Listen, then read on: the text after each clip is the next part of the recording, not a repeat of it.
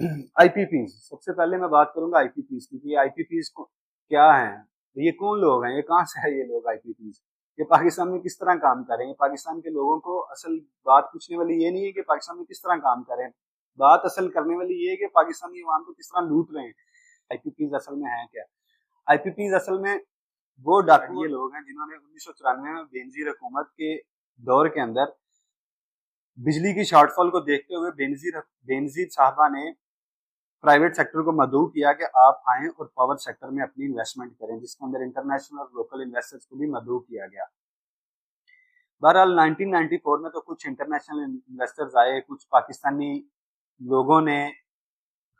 खुद को international investor के साथ मिलकर एक इंटरनेशनल इन्वेस्टर शो करवाया और बाद में उन्होंने अपनी रुकनीत जो है वो पाकिस्तानी शो करवा दी कुछ अर्सा वो पावर प्लांट चलने के बाद।